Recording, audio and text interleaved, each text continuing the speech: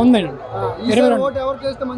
ఈసారి గుండెల మీద చేసుకొని ప్రజలందరికీ మంచి చేశాడు కాబట్టి మా జగనన్నకే ఖచ్చితంగా సంపూర్ణ మద్దతు ఇస్తూ ఆ దేవుడి కృప ఉంటూ ఆయన మీద ఖచ్చితంగా నా ఓటుని జగనన్నకి వేయాలని కోరుకుంటున్నాను. జగన్ గారికి వేయాలి, ఎందుకు చంద్రబాబు నాయుడు గారికి వేయకూడదని నేను చెప్పవద్దు కూడా, ఎందుకంటే నేను చదువుకుంటున్నాను. ఒకప్పుడు పూర్తి రీఎంబర్స్మెంట్ వచ్చింది. ఇప్పుడు మా జగనన్న వచ్చిన తర్వాత హాస్టల్ వాళ్ళకి వసతి దీవెనతో పాటు కాలేజ్ వాళ్ళకి అందరికీ ఆయన పెట్టిన ప్రతి ఒక్క పథకం చిన్న గ్రౌండ్ లెవెల్లో చిన్నగా ఏదో ఇల్లు లేని వాళ్ళకి ఇల్లు పూరి గుడిలో బతుకుతారు చూసారన్న, వాళ్ళకి చైతన్యపరిచినాడు.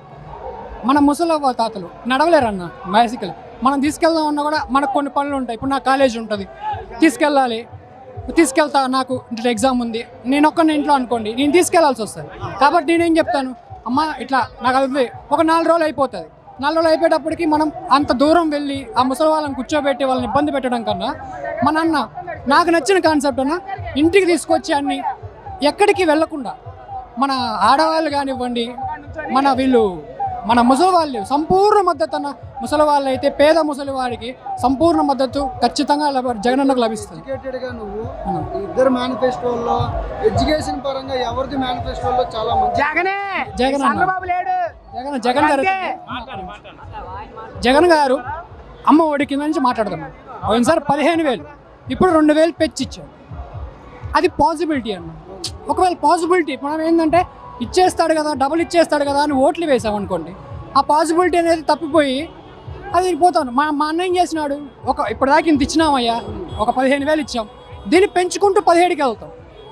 తర్వాత డ్వాక్రా వాళ్ళకి ఎంత ఇచ్చాడు. తర్వాత దాన్ని మించి ఇక్కడి నుంచి 1,30,000కి నేను తీసుకెళ్తాను, పెంచుకుంటూ వెళ్తా. అది గ్రోత్ అర్థమవుతుంది. ఒక గ్రాఫ్ గ్రోత్ అవ్వాలంటే అట్లాంటి ఆలోచన ఉండాలి. ఏదో ఒక్కసారిగా నేను ఇచ్చేస్తానంటే అది ఎవడూ నమ్మడు. నమ్మిన వాళ్ళు ఎవరు ఉన్నారంటే, అయితే పొన్నూరు నియోజకవర్గంలో ఇటుపక్క దూలపల్లి నరేంద్ర ఉన్నారు, ఇటుపక్క అంబటి మురళీకృష్ణ, వీళ్ళిద్దరి మధ్యన ఎవరికి ఓటు వేస్తే ఈ నియోజకవర్గం బాగుపడిద్ది?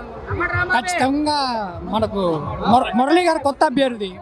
ఆ కొత్త అభ్యర్థిని గెలిపిస్తే, ఎందుకంటే ఆయన గెలిపించామనుకోండి, ఆయనకు ఒక స్టెప్ ముందుకి మనం గెలిపించామనుకో, ఆయన రెట్టింపు అయ్యో నన్ను గెలిపించారు, ఇంకా మనం తొందరగా ఇంకా ఎక్కువ చేస్తే మనల్ని ఇంకా గుర్తుపెట్టుకొని మనకు 10 మనం బతుకున్నంత వరకు ఈ పొన్నూరు నియోజకవర్గం ప్రజలందరూ నన్ను గుండెలో పెట్టుకుంటారు అన్న ఒక థాట్ ఆయనకు వస్తుంది. కాబట్టి ఆయన్ని ఓటేసి గెలిపించి ఇంకా ముందుకు తీసుకెళ్లాలని నా అభిప్రాయం అన్న. అయితే పొన్నూరు నియోజకవర్గంలో ఓటర్ ఉన్న ప్రతి ఒక్కరికి నువ్వేం చెప్పాలనుకుంటున్నావు? ఒకటే అన్న, చిన్న కాడి నుంచి మన ఎక్కడికి వెళ్ళినా ఒక విలువలు ఇవ్వరు కొంతమంది. అట్లాంటి వాడికి డబ్బునిచ్చి వాడికి మనకు స్ట్రాంగ్ పొజిషన్ ఇచ్చి నువ్వు నేను చూసుకుంటా అన్న మా జగన్మోహన్ రెడ్డి గారికి ఖచ్చితంగా వేయాలని ఖచ్చితంగా ప్రతి ఓటర్కి నేను చెప్తాను. యాజ్ అన్ ఎడ్యుకేటర్గా మన విద్యా వ్యవస్థ ముందుకు సాగాలంటే జగనన్న వల్లే అవుతుంది, ఇంకెవరి వల్ల అవ్వదు. అంతే. ఎక్కడి నుంచి వచ్చావు? కేవీపాలెం నుంచి వచ్చానా. ఎందుకు వచ్చావు ఇక్కడికి? జగన్ గారు వస్తుంటే వచ్చా అన్న. ఎందుకు అంత ప్రేమ నీకు జగన్ అంటే? అభిమానం అన్న. నాకు అమ్మఒడి ఇచ్చాడు, చదువుకున్న బుక్స్ ఇచ్చాడు, గవర్నమెంట్ స్కూల్లో అన్నం పెట్టాడు, ఇంకేదన్నా కావాల్సింది? జగన్ గారి పరిపాలన బాగుందా, చంద్రబాబు నాయుడు గారి పరిపాలన? జగన్ గారేదన్నా. మీ ఇంట్లోకి ఎలా ఉంది? జగన్ గారి పరిపాలన బాగుందన్న.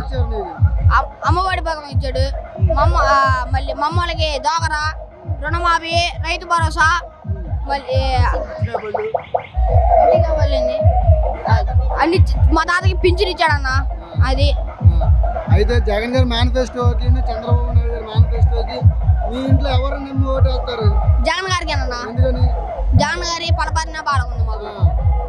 మరి ఇక్కడికి వచ్చావు కదా, ఇక్కడ జగన్ గారిని ఇప్పుడు చాలా మంది ముందుకున్నారు, ఇప్పుడు వెనక్కున్నావు. జగన్ గారు వచ్చి తోచేస్తే నువ్వేం చేస్తావు? వెళ్ళను, జగన్ గారి దగ్గరికి వెళ్తా. మీ ఇంట్లో ఎన్ని ఓట్లు ఉన్నాయి మొత్తం? మొత్తం ఒక 10 ఉంటాయి అన్న. 10 ఓట్లు ఎవరికి వేయమని చెప్తున్నావు నువ్వు? జగన్ గారికి. మరి ఇక్కడ ఆల్రెడీ పవన్ చంద్రబాబు నాయుడు కలిసారు కదా, మరి వాళ్ళు కూడా మంచి చేస్తామని వస్తున్నారు కదా, మరి వాళ్ళకి ఎందుకు అన్న? 2014 మంచి చేద్దాం అని చెప్పారు, కానీ ఆడ ఏం చేయాల, అన్ని వచ్చి మాటలే. వాళ్ళ మాటలు మనం నమ్మకూడదు. అది మరి నీకు ఓట్లేదు కదా, నీకు ఎలా తెలిసింది ఇవన్నీ? సాక్షి టీవీ చూస్తా ఉంటా అన్న, దాని వల్ల తెలిసిందన్న మాకు. సాక్షి ఒకటే కాదు కదా, ఇంకా చాలా ఛానల్ ఉన్నాయి కదా. మీటింగ్స్ వస్తా ఉంటాం అన్న మేము.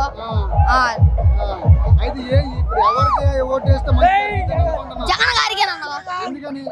జగన్ గారు మంచి చేస్తున్నారు కాబట్టి జగన్ గారికే వేస్తాం.